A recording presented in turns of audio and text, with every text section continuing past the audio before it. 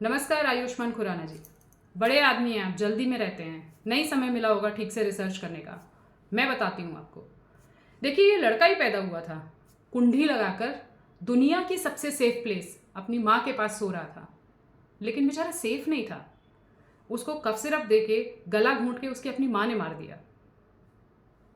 उसके बाद ये लड़का जिसके साथ एक महिला ने जबरदस्ती सेक्स किया, यानी रेप किया, क्योंकि आप लोगों की तो रेप की परिभाषाएं भी अलग है ना, प्रॉब्लम ये है। और जाकर इस महिला ने इल्जाम भी लगाया कि इस लड़के ने मेरे साथ जबरदस्ती की। मजे की बात, ये लड़का पकड़ा गया। कोर्ट में केस जाता है तब जज को पता चलता है बात तो कुछ और ही थी। ये भी सेफ नहीं था, मगर लड़का है ना, तो किसी ने ज़्यादा ध्यान भी नहीं दिया कि कोई बात नहीं। ये अभी 4-6 दिन पहले का ही केस है। इस लड़के के ऊपर एक महिला ने इल्ज़ाम लगा दिया कि इसने रेप किया। जैसा कि अभी आप लोग कर ही रहे हैं, ऑल मेन आर रेपिस्ट। इस लड़के को बेचारे को आत्महत्या करनी पड़ी।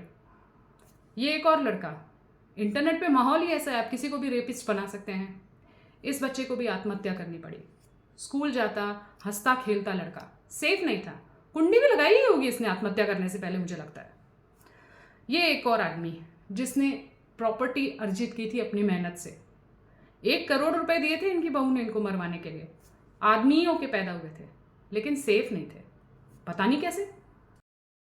थोड़ी सी पुरानी खबर है, लड़की होती तो गैंग रेप का केस बनता।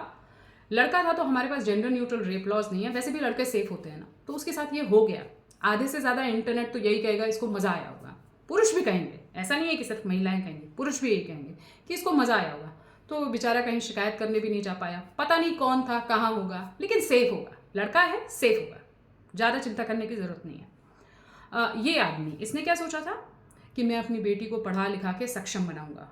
डांटा था उसने अपनी बेटी को कि ये बॉयफ्रेंड वॉयफ्रेंड का चक्कर छोड़ो, पढ़ाई पर ध्यान दो। क्या किया लड़की ने? अपने बाप पर ही रेप का इल्ज़ाम लगा दिया। बाप को जेल जाना पड़ा, बाहर आया क्योंकि प्रूव हुआ कि बात कुछ और थी। लेकिन अब क्या लाइफ रह गई इनकी। पर कोई बात नहीं, वो आदमी है, वो सेफ है। तो क्या हुआ, उसकी अपनी बेटी ने इल्ज़ाम लगाया, क्यों रोका? लड़की को अधिकार है कुछ भी करने का। ये एक और माँ, इसको इसके बेटे ने पकड़ लिया था इनके अफेयर में। ओके, अब एडल्ट्री का तो कोई लॉ है नहीं हमारे देश में, वैसे भी कोई भी लॉ नहीं है महिलाओं के लिए। और हमारे जो है जज साहब बहुत बार कह चुके हैं कि महिलाओं को अधिकार है कि वो किसी के साथ भी सेक्स कर सकती हैं। तो इस बच्चे ने अपनी माँ को देख लिया था, गलती इस बच्चे की थी, लड़के की थी। लड़के सेफ होते हैं, तो माँ ने सेफली इसको अपने रास्ते से हटा दिया। ज़्यादा कोई चिंता करने की बात है नहीं इसमें, क्योंकि लड़के सेफ होते हैं।